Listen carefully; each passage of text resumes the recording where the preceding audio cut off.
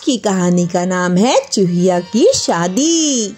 गंगा नदी के किनारे एक तपस्वी का आश्रम था। उन महान तपस्वी का नाम था ऋषि याज्ञवल्क्य। एक दिन जब वो ऋषि गंगा जल हाथ में लेकर आचमन कर रहे थे, उसी समय एक छोटी सी चूहिया आसमान से उनके हाथों में आ गिरी।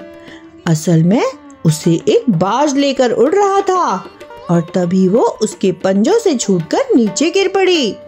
ऋषि का हृदय बहुत दयालु था।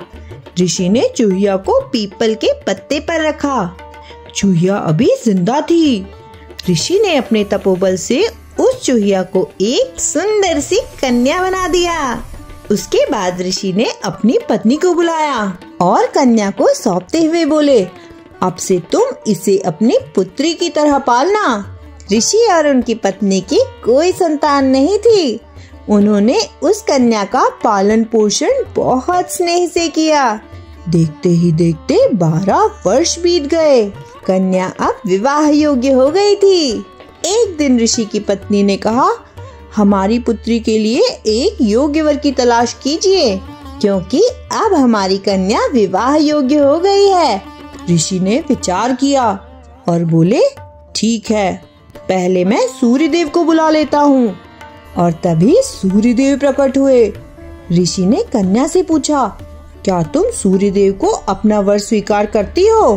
कन्या घबरा कर बोली, नहीं पिताजी, ये तो हमेशा आग की तरह जलते हैं, मैं इनसे विवाह नहीं कर सकती। ऋषि ने सूर्य से पूछा, आपसे बड़ा कौन है? सूर्य ने जवाब दिया, बादल मुझसे बड़ा है, क्योंकि वो मुझे भी ढक लेता है। अब ऋषि ने बादल को बुलाया और कन्या से पूछा। कन्या ने फिर उत्तर दिया, नहीं पिताजी, ये तो बहुत काले हैं, मुझे नहीं पसंद हैं। ऋषि ने फिर बादल से पूछा कि आपसे बड़ा कौन है?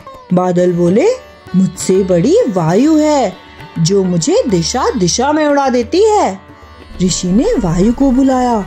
इस बार कन्या बोली, ये तो बहुत चंचल है, मुझे इनसे भी विवाह नहीं करना। अब ऋषि ने वही प्रश्न वायु से किया, तो वायु ने बताया, मुझसे बड़ा पर्वत है, वो आंधी तूफान में भी अडिग रहता है।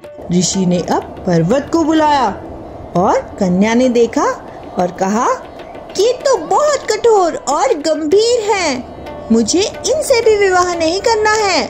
ऋषि के प्रश्न पूछने पर पर्वत ने कहा, मुझसे बलवान तो चूहा है, जो मेरी चट्टानों को खोद डालता है। अब ऋषि ने मूसक राज को बुलाया।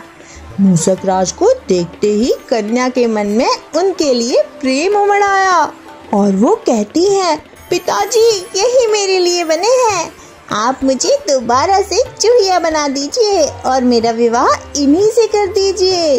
फिर ऋषि ने तपोबल से अपनी कन्या को फिर से चूहिया बना दिया और उसका विवाह मूसक राज से कर दिया। और इस तरह कन्या अपने वास्तविक स्वरूप और अपने सच्चे जीवन साथी तक पहुंच गई। कहानी सिखाती है, इंसान चाहे कितना भी बदल जाए, उसकी वास्तविक प्रकृति और सच्चा स्वभाव छिप नहीं सकता। तो कैसी लगी आपको ये कहानी?